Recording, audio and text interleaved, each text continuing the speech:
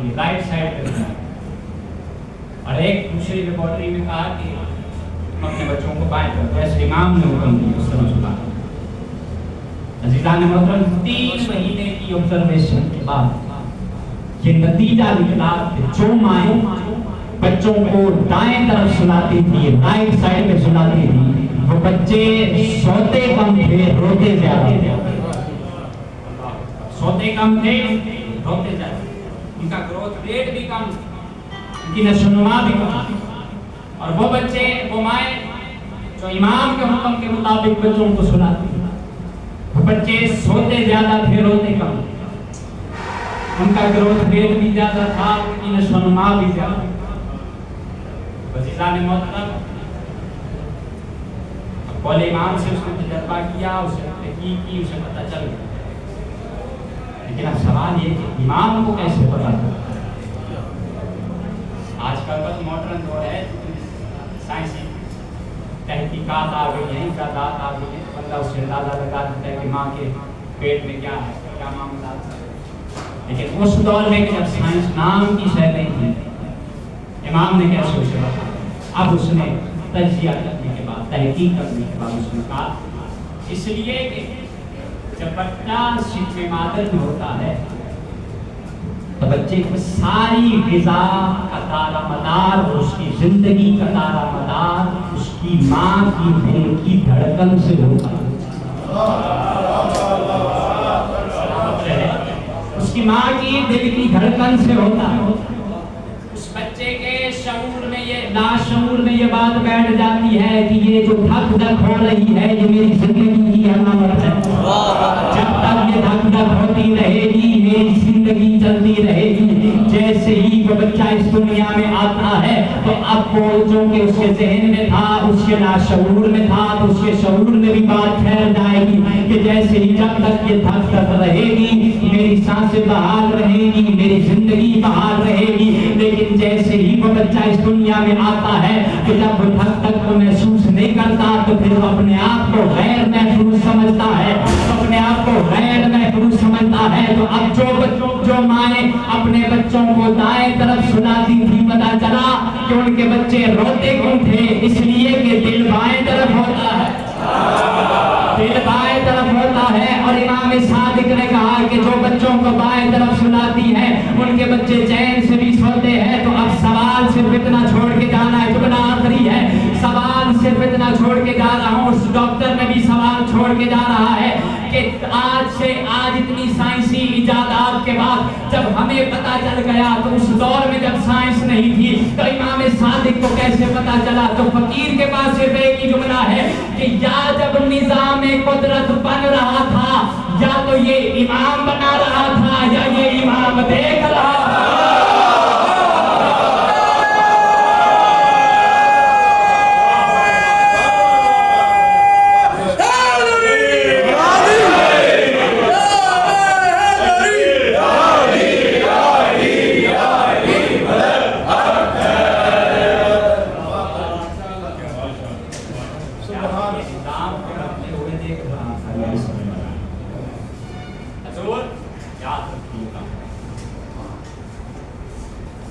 جتنا علم سے قریب ہوتے جاؤ گے اتنا اس دروازے سے بھی قریب ہوتے جاؤ گے.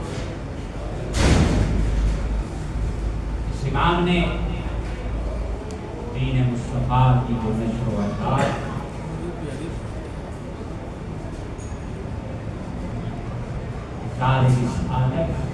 انجام دنیا کو دشمنی سے بھیجی کار رسالت مکمل ہے. بھلا اس امام سے کیا دشمن ہے جس کے دروازے میں ہزاروں سال آپ کی موت مسئلے پوچھتے ہیں. لیکن عزیزان محترم افسوس کی بات ہے آج امت نے اسی امام کو غیر دی.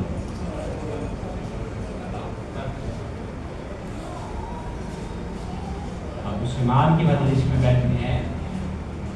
اب میں اکثر کبھی موقع ملا اس ثقافت پہ بھی بات کروں گا، اس کلچر پہ بھی بات کروں گا، اس ثقافت امام صادق کے متعلق کروں گا. ثقافت میں صرف ایک چیز فرش ادا ہے، عزاداری امام حسین جو آج ہم تک پہنچی ہے اس امام کے تبسم سے۔ جتنی عزاداری کے فضائل، جتنے عزاداری کی فضیلت کی روایات امام صادق سے کسی امام سے صرف یہی نہیں عزاداری میں، بلکہ اپنے جد مظلوم امام حسین کی زیارت میں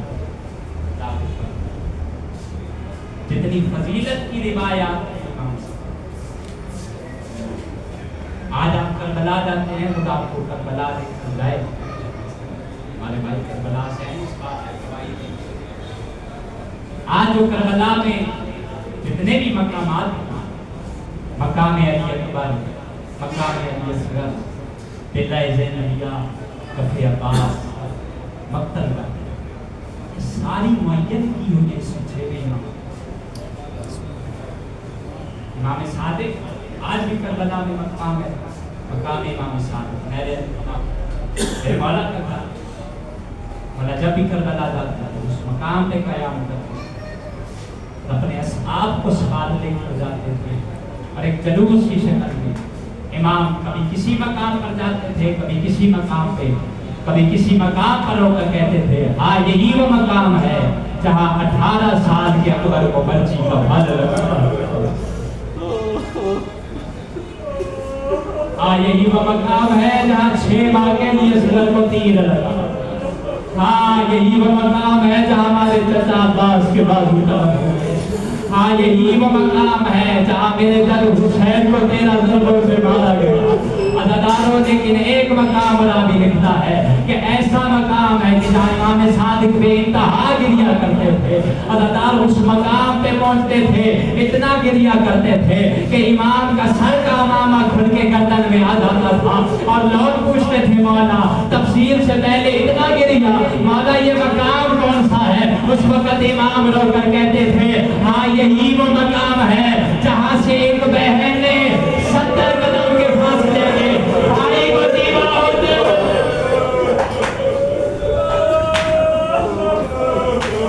اللہ اکبر، ہاں یہی وہ مقام ہے جہاں بہن میں قطع کر دی رہی، اور نماز میری ماں نے چکیاں پیس کے ڈالا۔ اللہ اکبر، ہاں دادا کہ فرض ادا اس امام سے جب بھی امام حسین کو صاحب سنا کرو بلند آواز سے رو کرو، سنیے کہ میرے مولا 6ویں امام کے گھر مجلس ہو رہی ہے، ذاکر ممبر پہ بیٹھا تھا، آئے کیا مقام ہے اس ذاکر کا؟ ذاکر ممبر پر ہے، امام فرش ادا پہ بیٹھا اور ذاکر مصائب امام حسین پڑھ رہا ہے۔ ایک مرتبہ امام کی نگاہ پڑی جابر ابن عبداللہ انصاری پہ، اور دیکھ کر کہا جابر میرے جد حسین کو نہیں رو رہا؟ اللہ اکبر، جابر نے اپنا رومال آگے کیا اور کہا مولا میرا رومال دیکھے آنسوؤں سے تر ہے، کہا جابر اس طرح نہ رو بلکہ ایسے رو جیسے کوڑی ماں رو کے رشے پہ روتی ہے، ویسے رو جیسے میری دادی رو۔ حضرت اللہ خدای کا آوازوں پہ رحمت نازل کرو۔ جانتے ہو کہ جب آپ بلند آواز سے روتے ہیں نا، 6ویں امام سجدے میں سر رکھ کے بلند آواز سے ہاتھ بلند کر کے کہتے ہیں بارے الہی نوازوں پہ رحمت نازل فرما جو ہمارے مصائب میں بلند ہوتی۔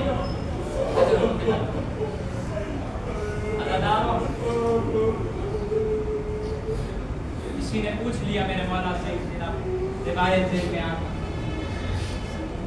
جناب سیدہ کے بعد مولا آپ کی زندہ مظلوم آدھرہ تھوڑا تذکرہ کرے اس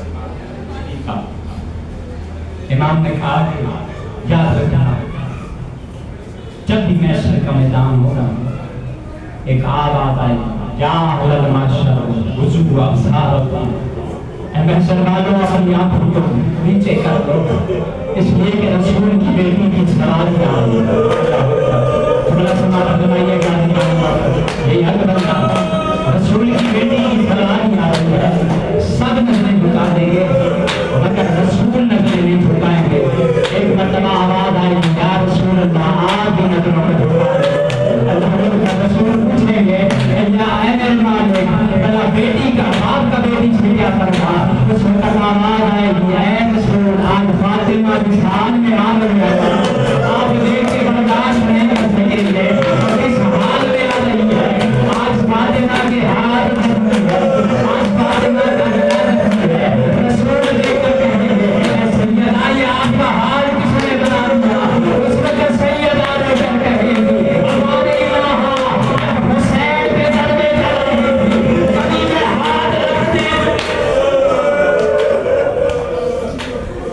درود من اللہ اللہ مسئلہ دو مناسبتیں ہیں جو اس امام کی کربلا سے بڑی ملتی ہیں. پہلی مناسبت میرے مولا کے ایک فرزند جن کا نام ہے اسماعیل. میرے مولا کے بڑے فرزند 20 سال کی عمر کی اسماعیل اس دنیا سے پردہ فرما. 20 سال کی عمر باپ بوڑھا اور جوان بیٹا لاشا بیٹی کا سامنے پڑے اسماعیل. اللہ اکبر. امام صادق بیٹے کے جنازے کے قریب آئی. کبھی بیٹے کے منہ سے کفن کو ہٹاتے ہیں, کبھی کفن دوبارہ رکھتے ہیں, کبھی ہٹاتے ہیں, سر قطار سے روتے ہیں اور روتے ہیں اور بیٹے کا جنازہ اٹھاتے ہیں. میں تو میرا مولا بے جوان بیٹے کا جنازہ ہے. مولا آج آپ نے جنازہ تو اٹھا لیا مگر میں کربلا کی طرف ایک غریب ہے جو بیٹے کی لاش پہ بہت رہتا ہے اور باپے کہتے ہیں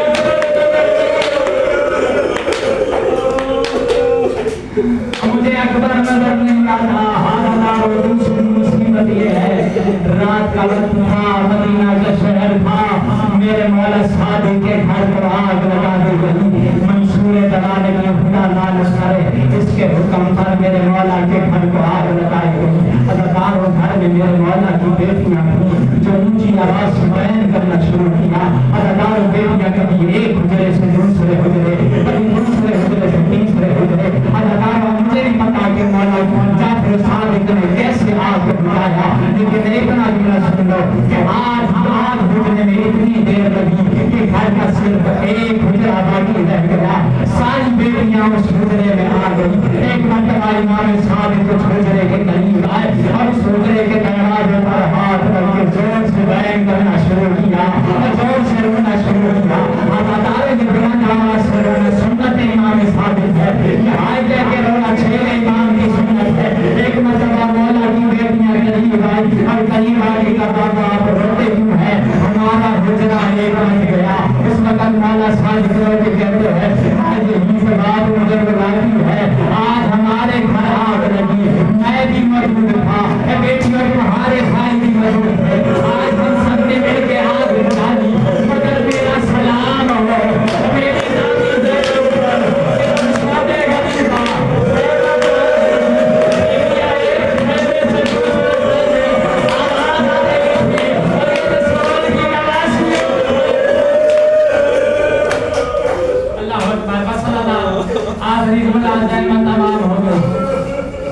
بس مل گیا میرے مولا کو. شدت سنو کے رہے کتابوں میں ایسا زہر امام کو ملا کہ اگر اس زہر کا ایک قطرہ کسی جانور کے سینگ پہ رکھ دیا جائے تو وہ دودھ کی جگہ خون آنا شروع. ایسا میرے امام کو زہر ملا. اللہ کیسے ہی زہر ملنا تھا, زہر کا ذکر پہ جانا تھا اور ذکر کے ٹکڑے باہر آنا شروع ہوئے. ایک مرتبہ امام کی زوجہ قریب آئی اور امام نے ایک مرتبہ چین کے روز پر کہا, رونا شروع کیا. زوجہ کہتی ہے مولا یہ تو کوئی مصیبت نہیں ہے, آپ کے جد کو بھی زہر ملا, امام حسن کو بھی زہر ملا. اس وقت مولا صادق رو کے کہتے ہیں جس وقت میرے مولا حسن کو زہر ملا نا تو ان کے پاس زینب جیسی بہن موجود تھی. اللہ اکبر, زینب جیسی بہن موجود تھی. میرے مولا کی روح برباد ہو گئی. امام موسیٰ کاظم نے لفظ پہ ہاتھ رکھا اور ایک مرتبہ کہا انا للہ و انا الیہ راجعون. اور بابا کو غسل کیا اور بابا کو کفن کیا. اداکار تاریخ مدینہ میں سب سے بڑا جنازہ میرے مولا جعفر صادق کا جنازہ پورے مدینہ نے دیکھا. سب سے بڑا جنازہ امام موسیٰ کاظم نے بابا کو قبر میں اتارا. آخری جملہ ہے, جیسے ہی بابا کو قبر میں اتارا نا کیا دیکھا کہ بابا کے لب ہل رہے ہیں. ایک مرتبہ کان قریب کیا اور کان قریب کرنا تھا تو کیا آواز آ رہی تھی, امام صادق رو کر کہہ رہے تھے اور میرے جد مظلوم حسین میں آپ سے شرمندہ ہوں, آج میرا جنازہ اٹھ گیا لیکن آج آپ کا جنازہ دین تک کے کولوں کا